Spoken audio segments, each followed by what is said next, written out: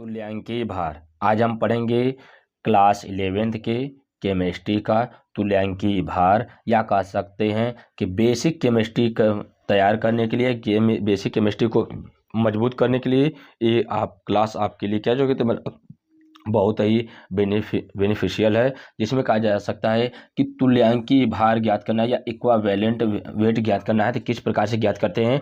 किसी तत्व का तुल्यांकीय भार क्या होता है? किसी भी तत्व का तुल्यांकीय भार उसके द्रव्यमान भागों की, किसी तत्व का तुल्यांकीय भार उसके द्रव्यमान भागों की वह संख्या है। कहा जाता है किसी तत्व का तुल्यांकीय भार उसके द्रव्यमान भागों की वह संख्या है जो किसी तत्व का तुल्यांकीय भार ग्रामों में प्रकट कहा जा सकता है कि तुल्यांकीय भार क्या होता है? किसी तत्व का तुल्यांकीय भार उसके द्रव्यमान भागों की संख्या होती है। कहा जाता है तुल्यांकीय भार ज्ञात करें, जहां पर भार शब्द आएगा वहां पर उस तत्व का क्या जाएगा? हमारा द्रव्यमान संख्या या द्रव्यमान भाग होता है। कहा जा सकता है किसी तत्व का तुल्यांकीय भार उस भार ग्रामों में प्रकट किया जाए तो उसे ग्राम तुल्य भार अथवा ग्राम तुल्यांक कहते हैं। क्या हो जाता है? किसी तत्व का तुल्यांकीय भार ग्रामों में प्रकट किए जाए तो उसे ग्राम तुल्य भार या अथवा ग्राम तुल्यांक कहते हैं। कहा जा सकता है कि तुल्यांकीय भार ज्ञात करने के लिए क्या जाता है हमारा? परमाणु भार या अणु भार बटा के एन क्या होता हमारा? ये कहा जा सकता है कि अम्ल के लिए क्षारकता क्या जाता है हमारा? ये अम्ल के लिए क्षारकता या क्षार के लिए हमारा अम्लता होती है। अब देखिए किस प्रकार से कर सकते हैं कि अगर बात करते हैं कि अम्ल की क्षारकता क्या होती है, अम्ल की क्षारकता कहते हैं, तो अब देखिए अम्ल की क्षारकता 3 प्रकार की होती है, मोनोबेसिक, डाइबेसिक या ट्राइबेसिक। मतलब क्या? मोनो मतलब एक अम्ल, एक क्षारक वाले, 2 क्षारक वाले और 3 क्षारक वाले। और एक क्षारक वाले क्या होता है हमारा? HCl होते हैं, HNO3 होते हैं। ऐसे अम्ल जिसमें हाइड्रोजन की मात्रा एक होती है उसे हम मोनोबेसिक कहते हैं। जिसमें 2 हाइड्रोजन होते हैं उसे 2 कहते हैं। जिसमें 3 अम्ल क्या होता है हमारा? हाइड्रोजन की मात्रा होती है इसे हम क्या कहते हैं? 3 कहते हैं। जैसे कहा जाता है कि HCl और NaOH के साथ अभिक्रिया कराया जाता है तो क्या बनेगा? सोडियम क्लोराइड प्लस जल प्राप्त होता है। इसमें एक जल प्राप्त होता है तो इसी जल की मात्रा को क्या कहा जाता है हमारा? मोनोबेसिक कहा जा सकता है या मोनोबेसिक क्षारक कह सकते हैं। दूसरा हमारा क्या है? H2SO4 को पोटेशियम हाइड्रोक्साइड के साथ अभिक्रिया कराते हैं तो K2SO4 प्लस 2 मात्रा में कितना हमारा? 2 मात्रा में जल प्राप्त हो रहा है, जिसको क्या नाम देंगे हमारा? डाइबेसिक कहा जाता है। कहा जाता है कि हाइड्रोजन के किसके आधार पर? जल के अणुओं के आधार पर हम अम्लीयता और क्षारीयता की पहचान करते हैं। वही क्या होता है हमारा? यहाँ पर N बराबर उसी की मात्रा होती है। कहा जा सकता है कि तुल्यांकीय भार ज्ञात करने के लिए उस तत्व का परमाणु भार या अणु भार ज्ञात करते हैं और उसके नीचे उस तत्व का या उस यौगिक का अम्लता की क्षारकता प्राप्त करते हैं या ज्ञात करते हैं। अब कैसे? तुल्यांकीय भार बटा के अणु भार। अब इसको ज्ञात करने के लिए क्या कहते हैं? अम्ल और क्षारकता दिया गया है। HCl का 1 हो जाएगा इसमें, क्यों? क्योंकि यहाँ पर एक जल बनेगा, यहाँ पर 2 बन रहा है, यहाँ पर 2 बना है, यहाँ पर 2 बना है, यहाँ पे 2 बना है। कैसे? यहाँ पर आपको समझा दिया गया है पूरा पूरा। अब देखिए किस प्रकार से एक हाइड्रोजन निकल रहा है, 2 हाइड्रोजन निकल रहा है, 3 जल निकलेगा। ठीक है। उसके बाद कहा जा रहा है कि क्षारों के लिए N अम्लता का द्योतक होता है। मतलब क्या? इसी का एक पुराना क्या होता है? एक द्योतक मतलब क्या? अपवाद होता है जो उसमें विद्यमान आयतन योग्य OH को बताता है। जैसे कहा जाता है कि क्या अगर मान लीजिए अम्ल की जगह पर क्षार आ जाता है तो वहां पर पहचान के जो हमारा OH की मात्रा हमारा बताता है। अब कहा जाता है कि इसमें 1 का OH है तो 1 हो जाएगा, यहाँ पर 2 OH है तो 2 हो जाएगा, यहाँ पर OH की मात्रा कितनी है हमारा? 3 है तो यहाँ पर उसकी क्षारकता 3 हो जाएगी। N की मात्रा कितनी हो हमारा? 3 हो जाएगी। अब इसके आधार पर हम ज्ञात करते हैं कि तुल्यांकीय भार किसका? H2SO4 का।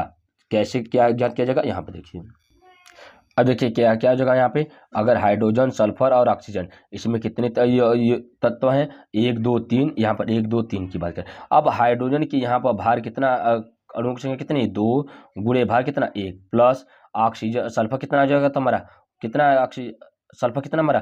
32। यहाँ पर अणु संख्या 1 गुणे 32 प्लस ऑक्सीजन कितना है हमारा? 4 गुणे 16। अब यहाँ पर ज्ञात करेंगे कितना जगह हमारा? 2 1 कम 2 प्लस 32 से कम 32 प्लस 16 चौका 64। अब 16 इसको जोड़ा जाए कितने जगह हमारा 98 है।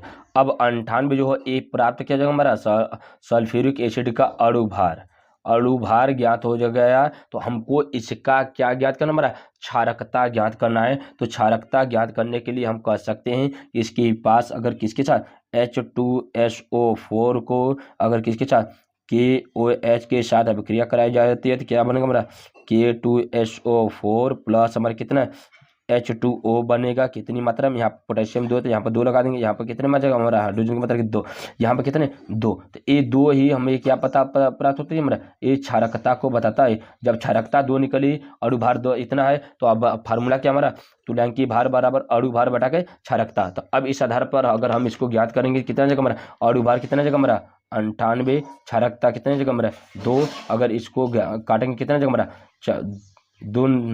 2 चौका 8 और 2 के 16 48 आपका क्या है सल्फ्यूरिक एसिड का क्या जगह हमारा तुल्यांकी भार हो जाता है। आगे देखिए, अब देखिए यहाँ पे क्या कैल्शियम हाइड्रोक्साइड का देखा जाता है। तो कैल्शियम हाइड्रोक्साइड को सबसे पहले अणु भार निकालेंगे।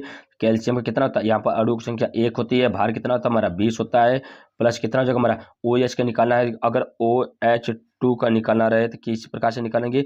अगर ऑक्सीजन के यहाँ पर कितना होता है हमारा ऑक्सीजन के 2 अणु, भार कितना 16, प्लस कितना जगह हमारा हाइड्रोजन के 2 अणु, भार कितना 1 और 16 दूना 32 प्लस 2 बराबर कितना जगह हमारा 34। तो यहाँ पे कितना जगह हमारा 34, कितना जगह हमारा 34। अगर जब 34 यहाँ पर हो जाता है किसका, इसका हो जाएगा तो कितना 20 से कम 20 प्लस 34 हो जाता है। यहाँ पर जोड़ेंगे कितना जगह हमारा, कितना जगह हमारा यहाँ पर देखिए जो भार यहाँ पर बोला गया था कि यहाँ पर भार ज्ञात करके हम क्रमांक लिख दी थी। इसके लिए क्या 40 कर देखिए कितना जगह 40 हो जाएगा, 40 और 34 कितना जगह हमारा ए, कितना जगह हमारा ए 74 हो जाएगा, कितना जगह हमारा ए 74। तो कैल्शियम हाइड्रोक्साइड का क्या जगह हमारा ए अणु भार 74 प्राप्त हो गया। अब इसका बोला जाएगा कि आपका क्या हो जाता हमारा, इसकी क्षारकता कितनी हो जाती है। अब देखिए क्षार की पहचान क्या बोला, इसकी OH की अणुओं की संख्या के आधार पर हम क्या करते हैं क्षारकता प्राप्त करते हैं। यहाँ पर कितना है हमारा 2 जगह, अगर जब 2 हो जा रहा है तो यहाँ पर कितना जगह हमारा 74 बटा की कितने जगह हमारा 2। अगर इसको काटेंगे कितना जगह, अगर हम इसको काटेंगे कितना जगह 3 दूना के 6 7 दूना के 14, कितना जगह हमारा 37 क्या जगह हमारा कैल्शियम हाइड्रोक्साइड का क्या जगह हमारा तुल्यांकी भार हो जाता है। अब यहाँ पे देखिए कितना है NaCl को निकाला जाएगा कितना सोडियम का 1 गुणे कितना जगह हमारा 23 प्लस क्लोरीन की कितना 1 गुणे 35.5 हो जाएगा। अगर देखिए यहाँ पर कितना करेंगे तो 23 से कम 23 प्लस 35.5, अगर एक इसको जोड़ा जाए कितना 3 5 3 8 हो जाएगा, 3 2 5 हो जाएगा, 58.5 हो जाएगा। क्या इसका अणु भार प्राप्त हो गया। अणु भार के बाद हमको ज्ञात क्या करना हमारा तुल्यांकी भार कैसे ज्ञात किया जाएगा। यहाँ पर आप बताया था क्या, अगर NaCl के साथ कितना हमारा एक जल निकला था, इसमें क्या जगह हमारा इसमें जो क्षारकता कितनी जगह हमारा 1 हो जाएगी। अगर हम 58 क्या है, अगर इसके तुल्यांक 58 भार कितना 58.5 बटा के भार कितना हमारा 1 है। अगर इसको भाग देंगे कितने जगह हमारा 58.5, तो इसका तुल्यांकी भार कितना जगह हमारा क्या जगह NaCl का कितना जगह हमारा, अगर भार ज्ञात करेंगे या तुल्यांकी भार ज्ञात करेंगे कितना जगह हमारा 58.5 हो जाता है। ऐसे ही वीडियो देखने के लिए चैनल को लाइक करिए, सब्सक्राइब करिए तथा अपने दोस्तों को शेयर करिए।